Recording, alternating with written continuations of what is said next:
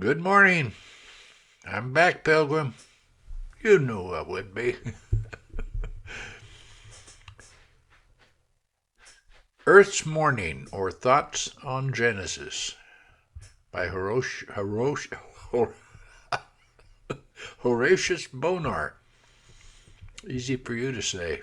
Nothing's easy for me to say today. Nothing's easy. So God bless you, Pilgrim. I sure do thank you for all your prayers. I sure do thank you. I'm going to read from Genesis 1, verses 14 through 19. And God said, Let there be lights in the firmament of the heaven to divide the day from the night, between the day and between the night. And let them be for signs and for seasons, set times, and for days and years. And let them be for lights in the firmament of the heaven, to give light upon the earth. And it was so. And God made two great lights, the greater light to rule the day, and the lesser light to rule the night. He made the stars also.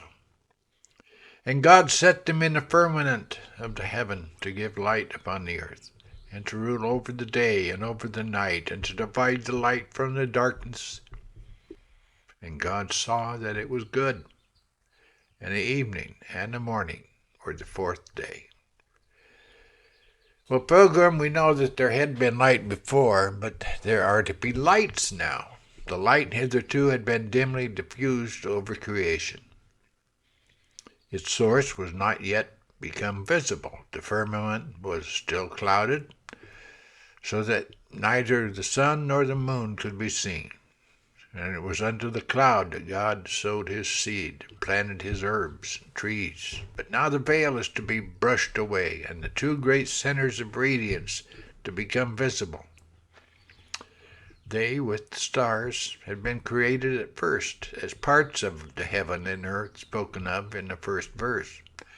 But not till now are they unveiled, for now they are needed to nourish and mature the springing plants of the herb and tree which God had on the previous day been planting.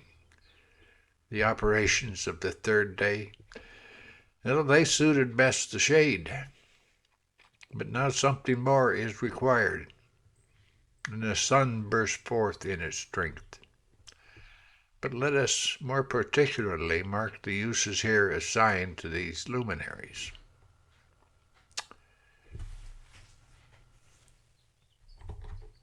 Let's try wetting my whistle.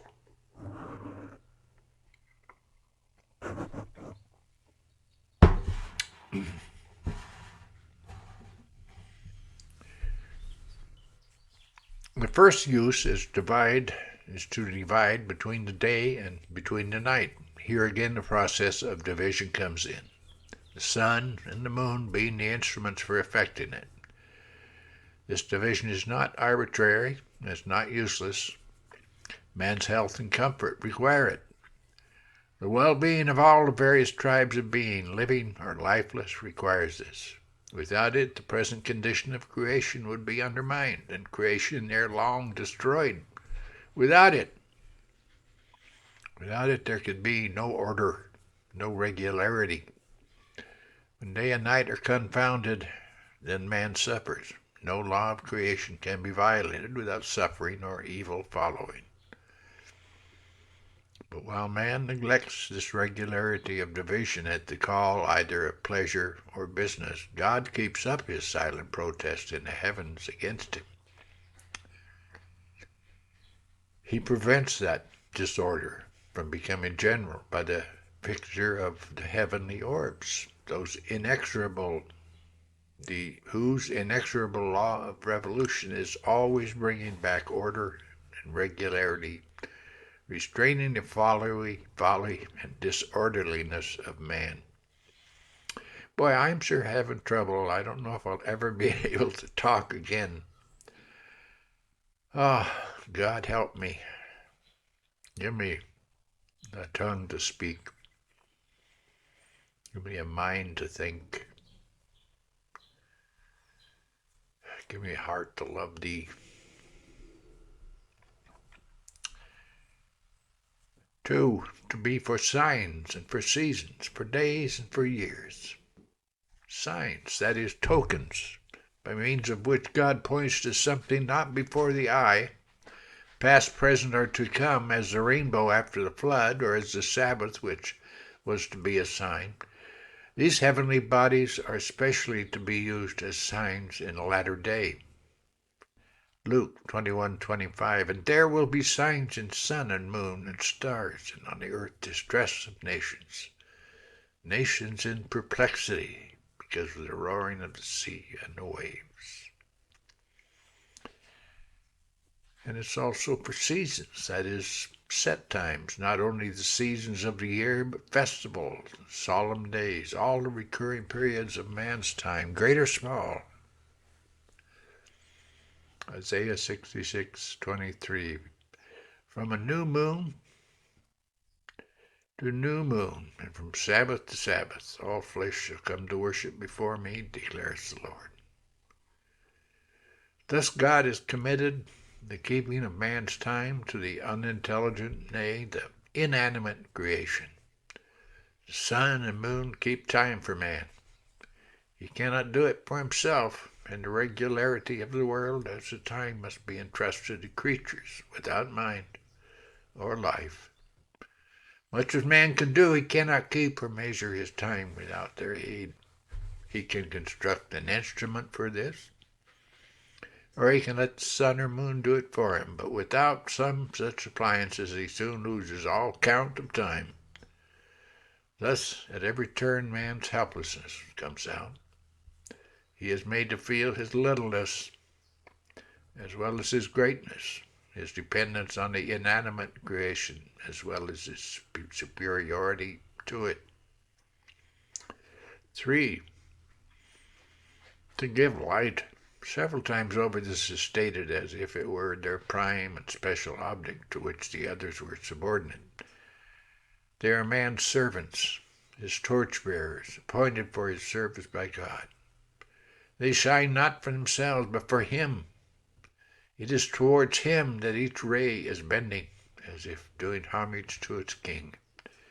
Yet man in his folly has worshipped the light as if it were God.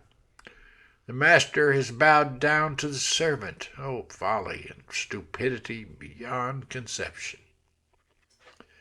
Man alone mistakes or forgets the end of his creation. Other creatures, even the inanimate, they all fulfill their end, but not man, not man. They are also to rule the day and night. Each has its royal throne assigned.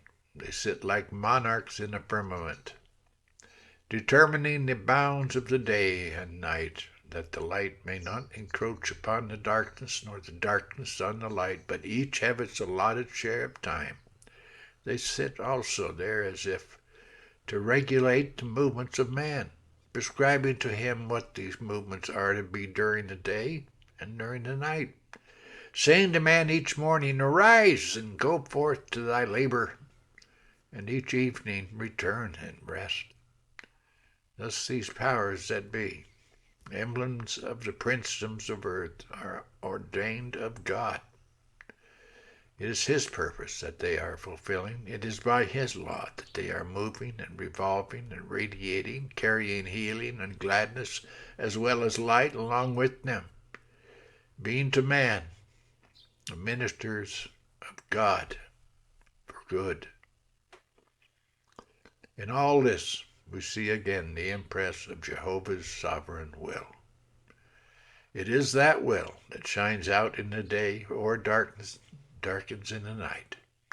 It is that will that is to be traced in the hours and days, weeks, months, and years and cycles that give to earth and its inhabitant man a chronology and a history. To all this, God sets his seal. It was good. And again he dates his work. The evening was, and the morning was, day the 4th. So, think on these things, Pilgrim. Stay in your Bible. Keep reading your Bible. Stay in prayer. Walk with Jesus. Beside him, behind him. Don't get ahead of him. God bless. Have a blessed, blessed day.